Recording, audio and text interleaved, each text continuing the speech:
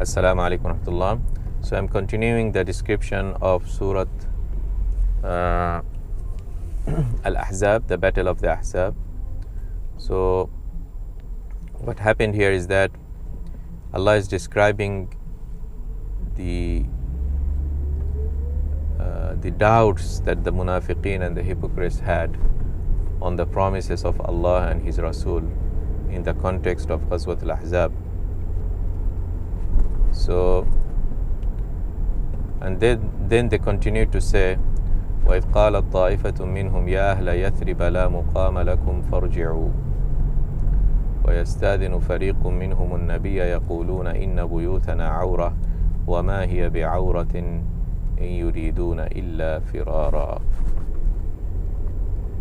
So in this moment of trial, all the hard feelings start to come up. So at the time of easiness, the munafiqeen will give all kinds of false impressions. We are believers, amanna billahi wa bil yawmil akhir, and you see, we always attend prayer and this and that. So they try to hide their hard feelings. But when the first trial comes, they started to utter words that is coming out of this psychological defeat and hard feelings, the hard feelings of those hypocrites. So whenever you have so many things like a volcano bubbling in your heart, your tongue must have some slip of tongues that brings out some of those real feelings of the heart. So in this verse, the munafiqeen started to say, Ya Ahla Yathrib, and they are not in Yathrib, they are Medina. Yathrib is a name for the city of Medina in the ancient times before the Prophet reached to Medina, and then its name afterwards was changed to Medina. Okay, so now they are clinging to pre-Islamic terminology and era, as if they are now having a nostalgia and a longing for pre-Islamic culture and heritage. You see, so the sign of the munafiqeen is that they are feeling bored, they are feeling not comfortable with Islam and Islamic society and environment. They feel themselves out of the place, and they are longing for some culture that was pre-Islamic culture. They just wanted to cling to something non-Islamic. You see the amount of hatred that they have, right? So this is showing the hatred that they have. They don't want even to name it Medina. They could have conveyed the same meaning. I mean, they could have said Medina, okay? But even the name, they hate it. You see?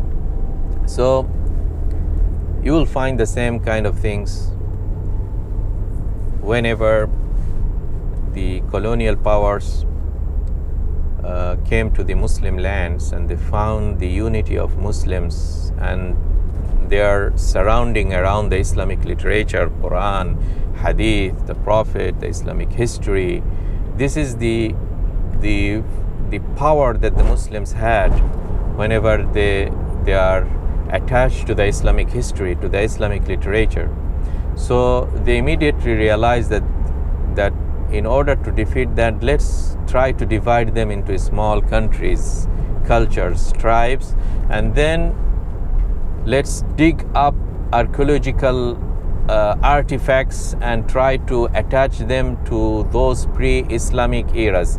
The same thing as the munafiqeen did in this battle, Yathrib, you see. So this is a movement towards Yathrib. Let's leave Medina and go back to Yathrib. Let's leave the Islamic Egypt and go back to Fir'aun. So every society, they will try to attach them to some kind of pre-Islamic culture of the indigenous people, so that they becomes attached not to this unifying force, rather to various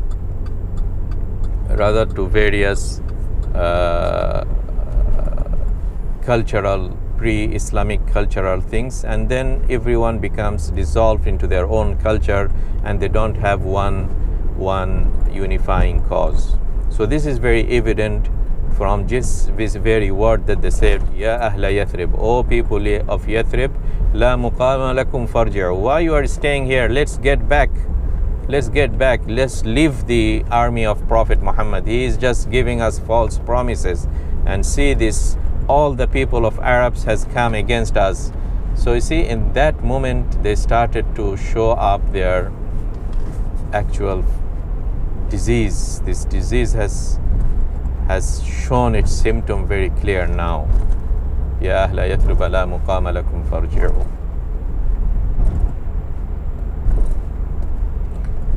And a group of them started to give false excuses, lame excuses, very lame excuses, saying that inna buyutana awra wa ma hiya bi'awra in yuriduna illa firara, that our houses is empty, so please allow us, Prophet, to leave the army and get back to our houses to protect it. Allah says, wa ma hiya bi'awra. It's not their house is not empty or unprotected. They are just wanting to escape from participation in this battle.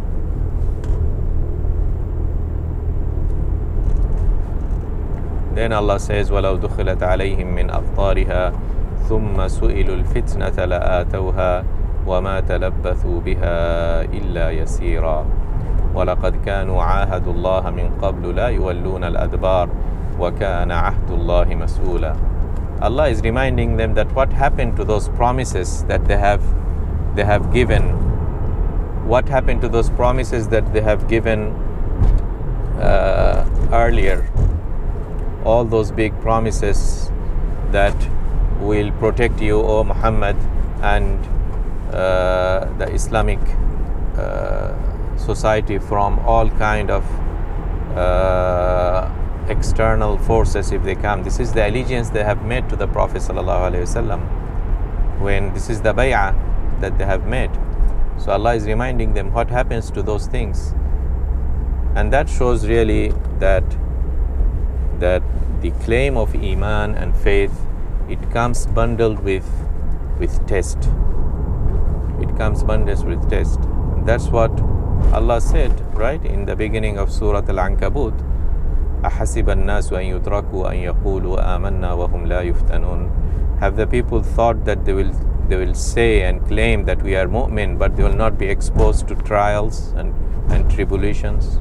So trials will come. So at the time of trials, you forget all these promises and just return back. This is the greatest symptom of nifaq. May Allah subhanahu wa ta'ala protect us from it.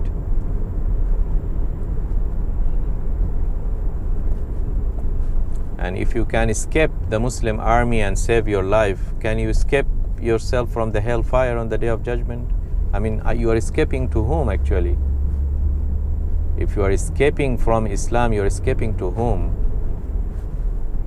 Can you get out of the kingdom of Allah subhanahu wa ta'ala? Ya ma'ashar al-jinni wal-ins in istata'tum an tanfudhu min aqtar as-samawati wal-ardi fanfudhu la tanfudhuna illa bisultan.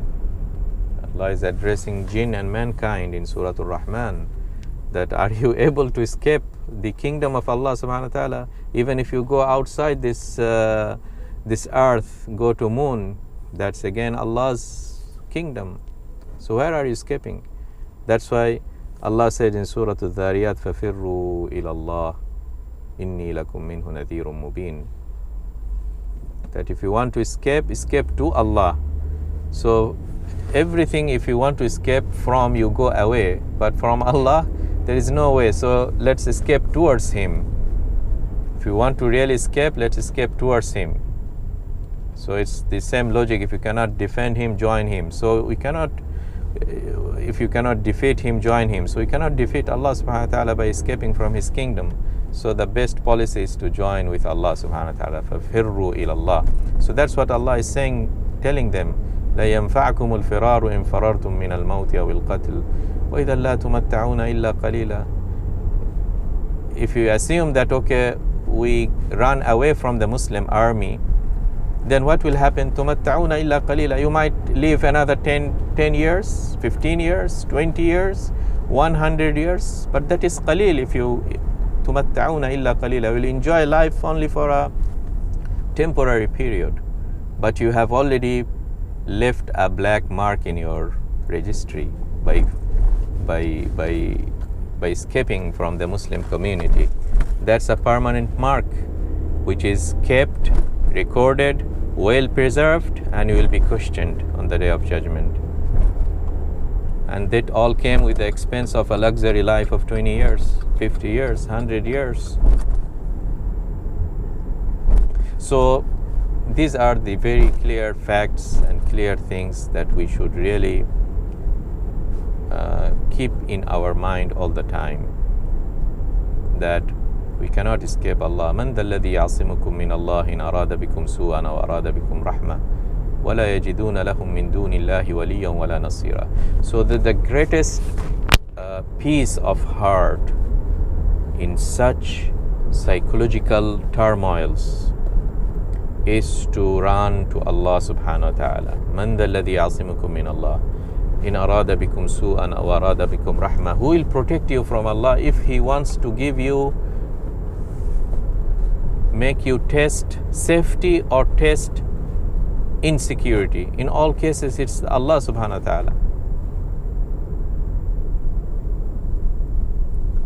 Anyway, I will invite you really to go back to these verses from Surah Al-Ahzab and contemplate on the meanings, ponder upon the beautiful description of inner human feelings that Allah subhanahu wa ta'ala is describing, rather than just trying to, like a sponge, absorb hard facts of the names and people and dates and these things. This is good, but let this not be your first priority, and see how these patterns are repeating. That's very important, and that's the whole objective. The munafiqeen today there is no scarcity of munafiqeen today, more than even that time. This is the age of the triumph and the era of nifaq, just in your left and right. So try to rectify yourself. Check, do I have such kind of feelings, and rectify it, and then check around you and be vigilant and watchful that who is among my circle who might be munafiqeen. And that's the dual purpose of describing in details the story of nifaq and hypocrisy in the Quran, that you check yourself and rectify it, number one, and number two, check the society surrounding you and be vigilant and watchful, so that you don't put your trust on people who do not deserve to be trusted. And that's why Allah said in Surah Al-Munafiqeen, what Allah said, هُمُ الْعَدُوُّ فَاحْذَرْهُمْ. These are the real enemies, so be aware of them. So when Allah says be aware of them, this is telling us that, yeah, we need to analyze the human psychology and behavior and the slip of tongues that reveals the heart feelings of those people, and be aware of them. May Allah subhanahu wa ta'ala protect us from all kind of nifaq and give us the intelligence and the vigilance to understand the people. Wassalamu alaikum wa rahmatullahi wa barakatuhu.